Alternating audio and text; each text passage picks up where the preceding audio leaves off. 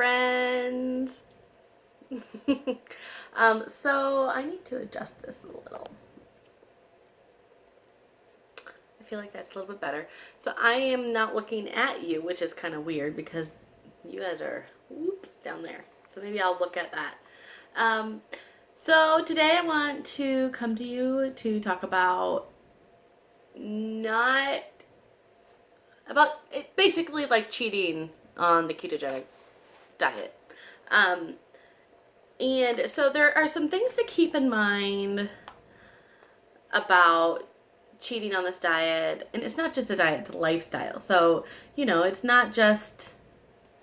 not exactly black and white, right? So I am coming to you today talking about this because last night it was completely my idea to go out and have ice cream. And it definitely was not keto friendly or anything like that. It was straight up full of all the sugars and carbs that my heart adores. And I don't usually buy ice cream, so if I'm going to have it, like I have to go out and get it at an ice cream shop. And this place that we went to in downtown Frederick is like so good. It's all homemade and it's great. Anyway, so something you need to keep in mind are what are your cravings. I don't usually crave ice cream too often. I enjoy ice cream. I love ice cream, but it's not something, even before I started keto, it's not something I would just go to the store and buy a whole lot of very often.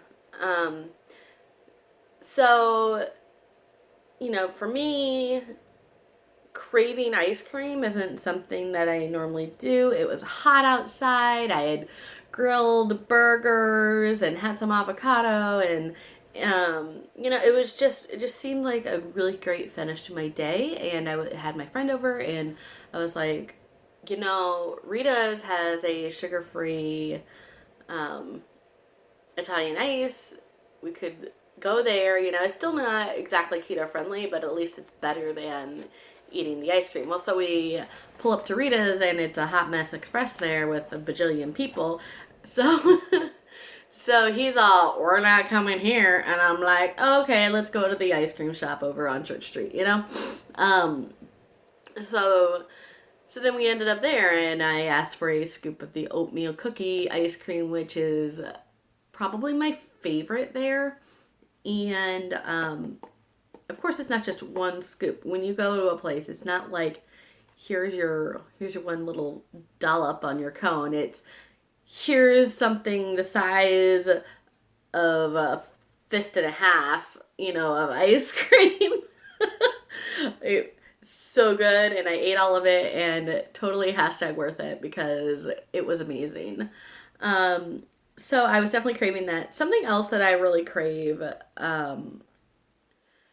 not so much at home. Again, it's not an at home thing. I don't go to the store, and I've never been I've never really sought out to buy junk food, even when I wasn't keto. So I didn't buy a whole lot of potato chips or anything like that. However, if I go to a Mexican restaurant and those chips are sitting in front of me, I crave them like crazy. And sometimes I think to myself, if I just have 5, it'll be okay. But then you never just have 5, you end up with the whole basket. So another thing that goes along with cravings are triggers. And for me, I'm a stress eater. I always have been.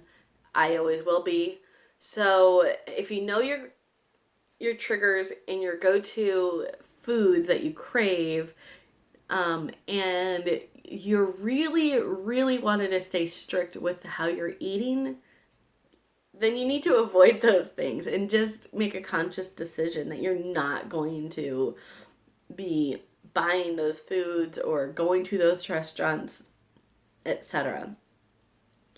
If you are going to make the decision to go ahead and cave to whatever it is that you're really wanting, first of all, that's okay. You're human. We all are. I know it's said a lot, but do so in moderation. My ice cream cone was not moderation last night. A smaller scoop would have been. But I was not saying no to it, and I have no shame about it because it was delicious. And I did not weigh myself this morning because I was not going to feel bad about it. Um, and so you have to recognize that eating something that isn't on the plan is not the end of the world.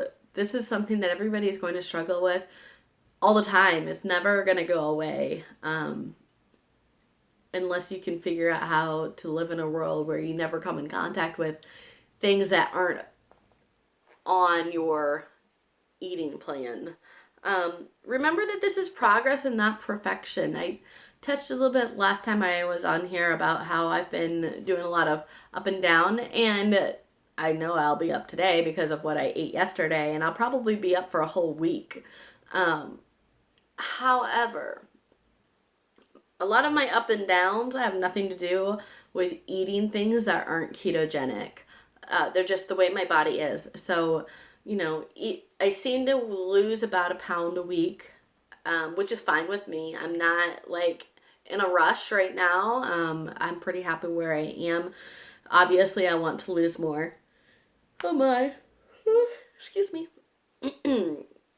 However, I'm not on this journey to make an overnight change, and nobody should be. Overnight changes are not realistic.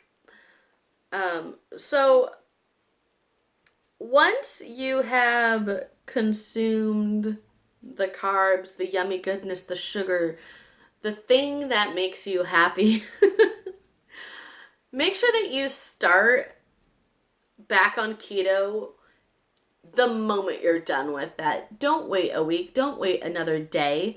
I didn't eat anything the rest of the evening after the ice cream, but had I eaten that ice cream earlier in the day, I still would have eaten a low carb ketogenic diet, like meal for my dinner. I wouldn't have eaten something loaded with carbs just because I'd cheated before. So I think that is something to really keep in mind. Like, yeah, you'll have slip ups. Don't beat yourself up about them because, like I said, this is life and life happens. And, sometimes you have to eat the ice cream. You just have to do it. Take one for the team. So just try to keep things moderate if you can. If you can't, you know what? Life happens. Start right back up from where you are. Don't wait around. Don't wait. Don't say, I'll just start again on Monday, because then what if it's Wednesday and you're going to start again on Monday? Well, Monday's a stupid place to start, honestly. I think when I started this,